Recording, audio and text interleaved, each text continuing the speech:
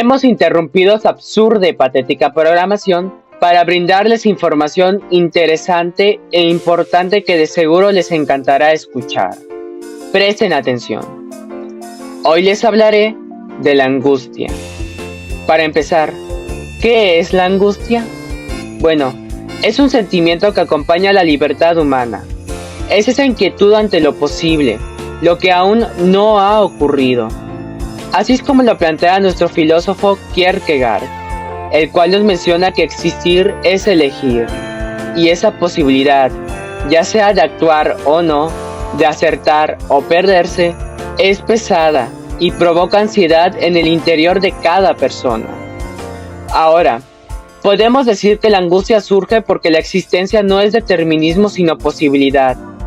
Al imaginar alternativas futuras, sentimos el peso de lo que podríamos hacer y lo que podríamos perder. Así, la posibilidad puede resultar hasta más temible que la realidad misma. La angustia descubre ilusiones y obliga a confrontar nuestras decisiones. Es decir, quien vive sin arrepentimiento teme a recaer, pero quien vive en libertad teme la tentación de perderse. Para Kierkegaard, la desesperación nace cuando la relación con uno mismo falla. Es por esto que negarse, pretender un yo absoluto o dispersarse en distracciones equivalen a una muerte interior. En conclusión, la angustia no es solo sufrimiento, es una señal de libertad y de responsabilidad. Reconocerla permite entender nuestras opciones y tomar decisiones más conscientes. Continuando con el programa, les hablaré sobre un tema que puede causar debate entre varias personas dependiendo del punto de vista de cada uno. Este es la existencia y esencia de Dios. La búsqueda de Dios y su naturaleza fue central en la filosofía medieval. San Agustín, uno de los padres de la Iglesia, intentó unir fe y razón para explicar por qué Dios existe y cómo entender su esencia. Para Agustín, la existencia de Dios se percibe en la vida interior, es decir, al pensar, sentir y querer encontramos verdades permanentes que no dependen del tiempo ni del espacio. Esas verdades apuntan a la existencia de un ser superior y trascendente. Por ello, propone una prueba basada en la experiencia espiritual, que es la siguiente. Detrás de lo imperfecto intuimos lo perfecto. Detrás de lo relativo, lo absoluto. Sobre la esencia, sostiene que Dios es infinito y sobrepasa nuestro entendimiento. Si lo comprendiéramos por completo, dejaría de ser Dios, porque nuestra inteligencia sería mayor que Él. Por eso hablamos de Dios por analogía. Lo llamamos bueno, eterno creador, pero sin aplicar literalmente las categorías humanas de cantidad, lugar o cambio. En conclusión, Agustín invita a reconocer a Dios a través de la experiencia interior y a aceptar que su esencia excede nuestras palabras. Así, la fe y la razón se complementan para acercarnos a esa realidad. Seguidamente les hablaré sobre la muerte, la libertad, la nada y la ipseidad. Presentamos de forma sencilla estas 4 preocupaciones de Sartre. Estas ideas giran en torno a cómo la conciencia nos abre al mundo y al mismo tiempo nos deja sin una esencia dada. Sartre distingue la conciencia que simplemente percibe y la conciencia que reflexiona o imagina. La primera pone el objeto como algo externo. La segunda puede crear imágenes y significados. La emoción no es solo un sentimiento privado. Proyecta sentido sobre las cosas y las convierte en objetos de conciencia. Para Sartre, la conciencia es una nada. No es una cosa, es posibilidad. Por eso el ser humano es libertad. Estamos condenados a elegir y a ser responsables de nuestro proyecto de vida. Buscar excusas para el fracaso es mala fe. La libertad no tiene límites más que ella misma y definirnos depende de nuestras elecciones. En conclusión, Aceptar la libertad implica asumir responsabilidad frente a la nada y la muerte. La ipseidad, según Sartre, se construye. El hombre existe antes de definirse y se hace a sí mismo mediante sus actos. Continuando, les hablaré sobre el absurdo. El absurdo, según Camus, nace del choque entre nuestra necesidad de sentido y el silencio del mundo. Queremos creer que la vida sigue una dirección, que nuestros esfuerzos y valores importan, pero la realidad no ofrece respuestas. Las religiones, las filosofías y las ideologías intentaron explicar ese vacío, aunque ninguna logró hacerlo del todo. El resultado es un mundo que parece carecer de finalidad, un universo que no responde y que, por eso mismo, se nos revela como absurdo. Esa sensación aparece cuando notamos que la naturaleza es indiferente a lo que sentimos, cuando recordamos que todo termina en la muerte, o cuando la rutina se vuelve tan pesada que perdemos el sentido de lo que hacemos. En ese punto, muchos podrían pensar que la única salida es rendirse, pero Camus dice que hacerlo sería someterse al absurdo.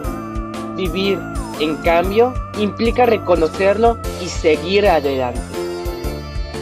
Como mencionaste, Daniel, Camus no propone escapar, sino rebelarse. La grandeza del ser humano está en aceptar que la vida carece de sentido universal, pero aún así decidir vivir con intensidad, crear su propio propósito y afirmar la existencia frente al vacío. En ese acto de rebeldía silenciosa, el hombre encuentra su verdadera libertad. Bienvenidos al episodio número 12, la transmutación de los valores. La transmutación de los valores es una invitación a preguntarnos por qué llamamos a algo bueno. Nietzsche propone ver la moral como interpretación, no como verdades fijas. Él sostiene que muchas morales, sobre todo la cristiana, nacen del resentimiento contra la vida. La moral no sería neutral. Algunas reglas provienen de quienes se sienten débiles y buscan imponer su visión. Otras brotan de los fuertes, que afirman su existencia con orgullo. La genealogía estudia cómo surgen estos valores y revela que la moral a veces funciona como una máquina de control. El asceta, que aparenta desprecio por lo mundano, puede ocultar, en realidad, una voluntad de dominio. Su postura moral le sirve para someter a los demás. Nietzsche propone una revaluación, dejar de aceptar valores como absolutos y elegir aquellos que afirmen la vida y la creatividad individual. Es una llamada a pensar quién decide lo bueno y qué intereses hay detrás. Bienvenidos al episodio número 13, Posmodernidad, primera parte. La posmodernidad cuestiona la confianza del modernismo en una sola manera de organizar la sociedad. Jürgen Habermas, de la escuela de Frankfurt, presenta el debate como la tensión entre el proyecto racional moderno y la multiplicidad de modelos que trae lo posmoderno. Habermas afirma que la reflexión crítica debe atender a las necesidades e intereses sociales dentro de su contexto histórico. Sostiene que las ciencias no son neutrales, responden a intereses técnicos, dominar la naturaleza, ciencias empírico-analíticas, prácticos, coordinar la vida entre personas, ciencias histórico-hermenéuticas, y emancipatorios, liberación frente a la alienación, ciencias críticas.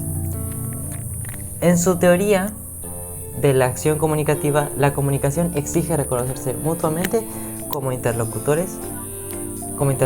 El lenguaje cumple funciones distintas: comunicativas para hacerse entender, constatativas para la verdad, veritativas para la sinceridad y regulativas para fijar normas y correcciones. Para Habermas, la modernidad es un proyecto inacabado. Su crítica alerta sobre corrientes conservadoras que intentan restaurar totalidades o separar la ciencia de otros valores. Su propuesta central es fortalecer el diálogo racional y la discusión pública como medios para resolver conflictos y orientar la convivencia. Bienvenidos al episodio número 14, Posmodernidad, segunda parte. Gianni Battimo plantea una posmodernidad centrada en la comunicación masiva y en la imposibilidad de hablar de una historia única. Para él, la sociedad posmoderna nace cuando ya no tiene sentido un relato histórico unitario y los medios cambian la forma de vivir y percibir la realidad. Battimo sostiene que los medios no hacen la sociedad más transparente, sino más compleja y caótica.